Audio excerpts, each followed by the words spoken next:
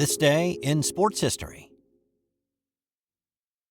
It's October 6th, and on this day throughout sports history, we had the infamous fifth down game. We also had one of the biggest upsets in college football history in a battle between two future NFL coaches. And Michael Jordan shocked the world with an announcement. All that plus a non-sports fun fact about Simon Cowell at the end of the episode. Stick around. Lots to talk about today. It's going to be fun. So let's start with what happened on this day 35 years ago when Colorado got an extra down and they made the best of it. This was an old Big 8 matchup between number 12 Colorado and Missouri. It was a back-and-forth game with Mizzou taking a 31-27 lead late in the fourth quarter. Colorado got the ball deep in their own end with about 2.5 minutes to play. Quarterback Charles Johnson led the Buffs down the slippery AstroTurfed field and put them in a position to win the game. Now, I bring up the turf because it caused problems with footing throughout the entire day. Players from both teams were slipping on just about every play. But Johnson put the Buffs inside the 5 with this play. Fakes the pitch. The toss to number 81, John Bowman. He picks up the first down. He would have had a touchdown if he kept on his feet.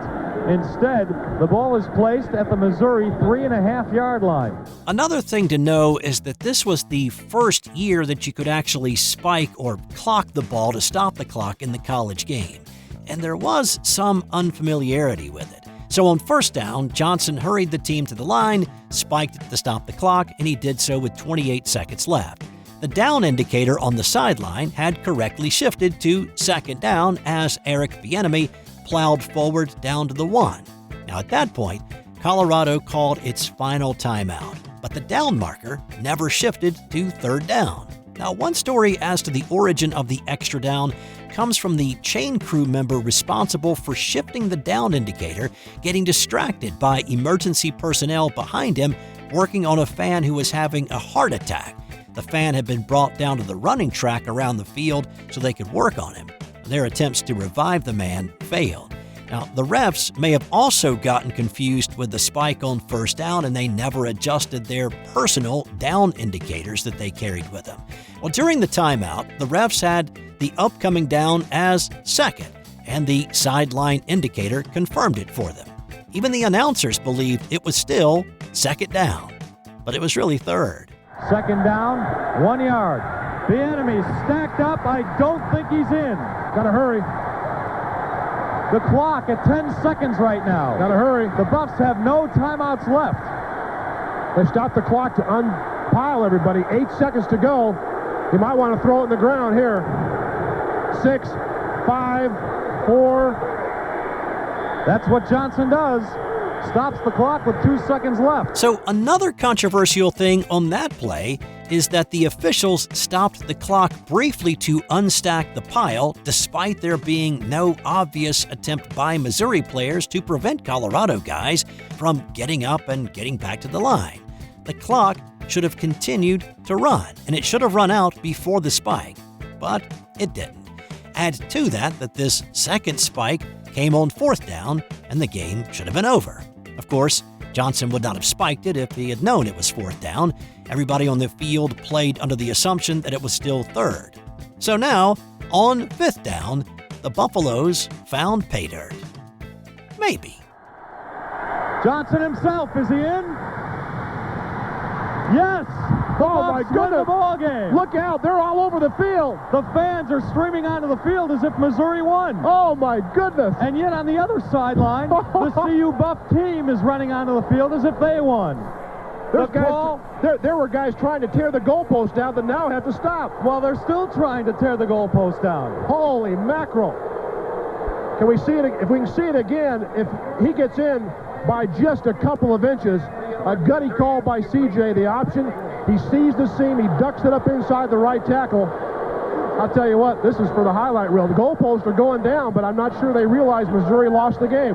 CU wins the game, 33-31. So a lot going on. Yeah, the play happened on an extra down, and then there's the question of whether Johnson even got into the end zone at all. Replay after replay was not very conclusive as to whether he actually crossed the goal line.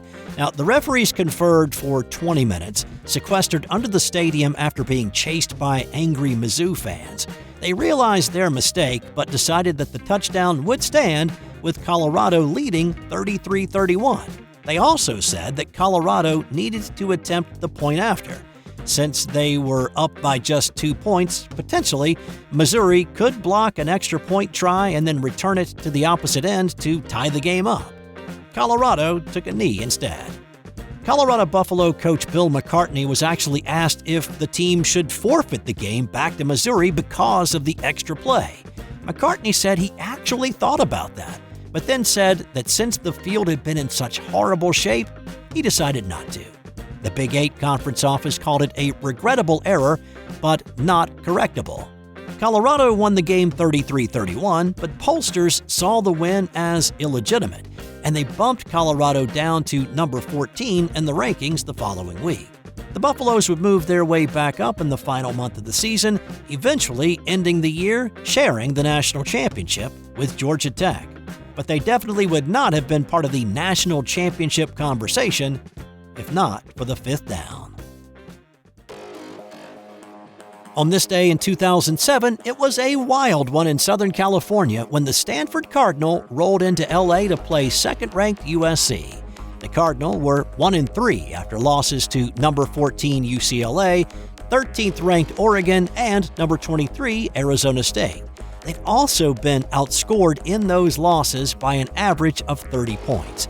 So there was not much reason to expect Stanford to put up much of a fight against the second-ranked Trojans. A couple of other things to consider. Cardinals starting quarterback T.C. Ostrander was still in the hospital after having a seizure after the Arizona State game, forcing sophomore backup Tavita Pritchard into the starting role. And USC had not lost a game at LA's Memorial Coliseum in 6 years. So you can understand why the Vegas odds makers made USC 41-point favorites. However, the Trojans were without their top two running backs, and then John David Booty broke a bone on his throwing hand in the first half. That led to USC only being up 9-0 at the break. Trojans coach Pete Carroll made the decision to stick with Booty in the second half, a move he later regretted. Booty's broken finger probably didn't have anything to do with his poor decision early in the third quarter, though.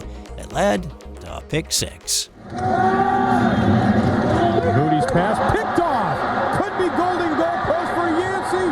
Touchdown, Stanford. That made it a 9-7 ball game. USC rebounded from the mistake to add another touchdown to the scoreboard, and it was 16-7 to start the fourth quarter. The two exchanged scores, and it was still a 9-point Trojan lead with under 6 minutes to play. Well, at that point, if you had money on USC to cover, well, you realized that that bet was not going to pay off, but you still probably figured the Trojans would pull this one out. Stanford probably wanted more than 3 points out of their 12-play drive that ate more than 5 minutes on the clock in the fourth quarter, but that's what they had to settle for, and it was a 23-17 game. With just over 2 minutes to play, Booty overthrew his intended receiver, and the Cardinal had their fourth interception of the second half and their fifth of the game. The biggest play of the game, though, would come with 1 minute 45 seconds to play. The Cardinal faced a 4th and 20. Convert to keep the drive and hope alive. Come up short, and the game was over. Pritchard steps up, goes over the middle. Pass is caught right at the first down line. Sherman. After officials looked at it on the replay monitor, it was a first down. Both head coaches, SC's Pete Carroll and Stanford's Jim Harbaugh, reflected later on how big that play was. That was the significant play that gave him a chance. We had him sacked and back and all that, and then they got off the hook. One of those great plays that eventually, won us the game. The second biggest play of the game came on another fourth down play. Facing 4th and goal from the 5, the Cardinal needed to find the end zone. 4th and goal from the 10. Pritchard, straight drop, goes to the fade to the other side. Bradford, touchdown! Stanford, my goodness! It was kind of appropriate, too, that Mark Bradford would be the guy to reel that TD in. His father had passed away a few weeks prior, and he'd understandably missed a lot of practice time since. His teammates felt for him, and in the biggest moment of his football life, he was able to look skyward and make his dad proud one more time. After the extra point went through, Stanford, the 41-point underdog, led 24-23, and that's how it ended. It was one of the many times in the 2007 season that the number 2 team in the country took the loss. On that same day in Baton Rouge, Louisiana, the Tigers of LSU were also converting on crucial fourth down plays. The undefeated and top-ranked Tigers welcomed the number 9 Florida Gators to Death Valley in a game that was billed as the biggest regular season game in LSU history. A capacity crowd of 92,910 packed inside, and there was an additional 50,000 estimated to be just outside in the parking lots, watching on big screens plugged up to generators. Florida was coming off of a heartbreaking last-second loss to unranked Auburn the week before, and they were looking to right the ship in this one. The first half looked pretty good for the Gators, and they took a 17-7 lead into the locker room at the half. Both teams added a touchdown in the third, and it went to the fourth quarter, with Florida up 24-14. Word had already made its way east of Southern Cal's demise, and the Tigers were trying to avoid the same fate. LSU coach Les Miles was ready to gamble in this game, mostly out of necessity. 5 times throughout the day, the Tigers went for it on fourth down, and they made it. They also took advantage of some Gator mistakes. They picked off a Tim Tebow pass in the fourth and turned that into 7 a few minutes later when quarterback Matt Flynn connected with Demetrius Byrd for the strike to make it a 3-point game. LSU got the ball back with about 8 minutes to play and went on a long clock-eating drive. 2 of their 5 successful fourth down conversions came on that drive. Their last one coming on a 4th and inches at the 5 that running back Jacob Hester got by the nose of the football. He scored 3 plays later to give the Tigers the lead at 28-24 with 1:09 to play. Florida put themselves in a position for a miracle, but Tebow's Hail Mary was batted down, and the Tigers had rallied from their 10-point deficit to win an instant classic. Hey, real quick, you've heard me talk a lot about the Sterling Soap Company over the past few months, and if you haven't tried out their soaps, I get it. It's not easy changing up your routine. But let me just say, if you give them a try, I'm nearly 100% certain you will have 0 regrets. They carry not only bar soap, but shave soap, liquid body soap, body lotions, beard balm, lip balm, and a lot more. Plus, there are myriad scents to choose from.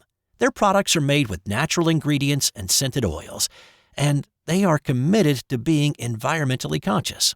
And I always get a handwritten note on my packing slip, so I know it's been checked before shipping, and it's a nice little human touch in a world that seems to be going away from that.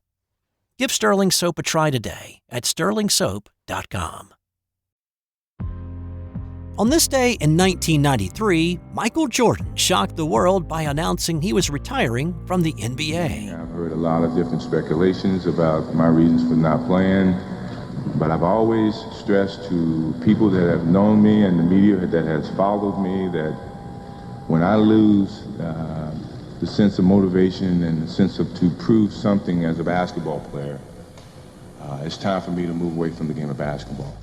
Now, one of the speculations that many people pointed to as a reason for his departure after winning 3 straight NBA titles was due to the loss of his father, who was murdered after an apparent roadside robbery in July.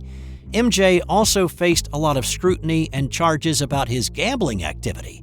The night before a playoff game against the New York Knicks earlier in the season, Michael was seen gambling large amounts at a blackjack table in Atlantic City, and there were rumors of substantial losses racking up. At the time of his announcement, the NBA was investigating Michael's involvement with gamblers, including 2 huge checks totaling $165,000 that were discovered in the possession of some, let's say, nefarious characters that were said to cover his gambling debts. That investigation was dropped 2 days after Jordan announced his retirement, leading some conspiracy theories to pop up that Commissioner David Stern asked MJ to step away from the game for a year, with the league fearing an actual suspension of the GOAT would be problematic. Stern vehemently denied that theory, throughout the years until his death. But Jordan was only 30. He was on top of the basketball world with 3 championship rings. He added to the conspiracy theory when he later hinted in his press conference that he may be willing to come back and play if David Stern lets me back in the league. Of course, 32 years down the road, we know how this all played out eventually, but on this day in 1993, we were all in shock at the news. And a couple of quick hitters for you here. On this day in 1845, it was the first time an umpire was used to officiate a baseball game. On this day in 1965, Sandy Koufax refused to pitch Game 1 of the World Series because it fell on Yom Kippur. Don Drysdale pitched instead, and he got shelled. Koufax did pitch Games 2, 5, and 7 to help the Dodgers beat the Minnesota Twins and win the series. On this day in 1926, Babe Ruth became the first major leaguer to hit 3 home runs in a World Series game. The Yankee slugger did it in a 10-5 win over the St. Louis Cardinals in Game 4. St. Louis would go on to win the series, though, in 7 games. On this day in 1966, Jim Palmer became the youngest player to ever throw a shutout in the World Series. He was 20 years, 11 months old when he blanked the LA Dodgers in Game 2 of what would turn out to be a 4-game sweep of the defending champs. On the other end of the spectrum, Phil Niekro became the oldest to pitch a shutout in the majors when he prevented the Toronto Blue Jays from scoring a single run. It was also the 300th career win for the 46-year, 188-day-old knuckleballer. Jamie Moyer would come along 25 years later to top it as a 47-year-old. And time now for today's That's Got Nothing to Do with Sports fun fact. Simon Cowell, the guy from American Idol and America's Got Talent, well, before he made it big, he worked some menial jobs in Hollywood. Now, one of those was working on the set of The Shining as a runner, and one of his tasks was to shine the axe used by Jack Nicholson between takes. That's all I've got for you today. I'll see you tomorrow for another This Day in Sports History.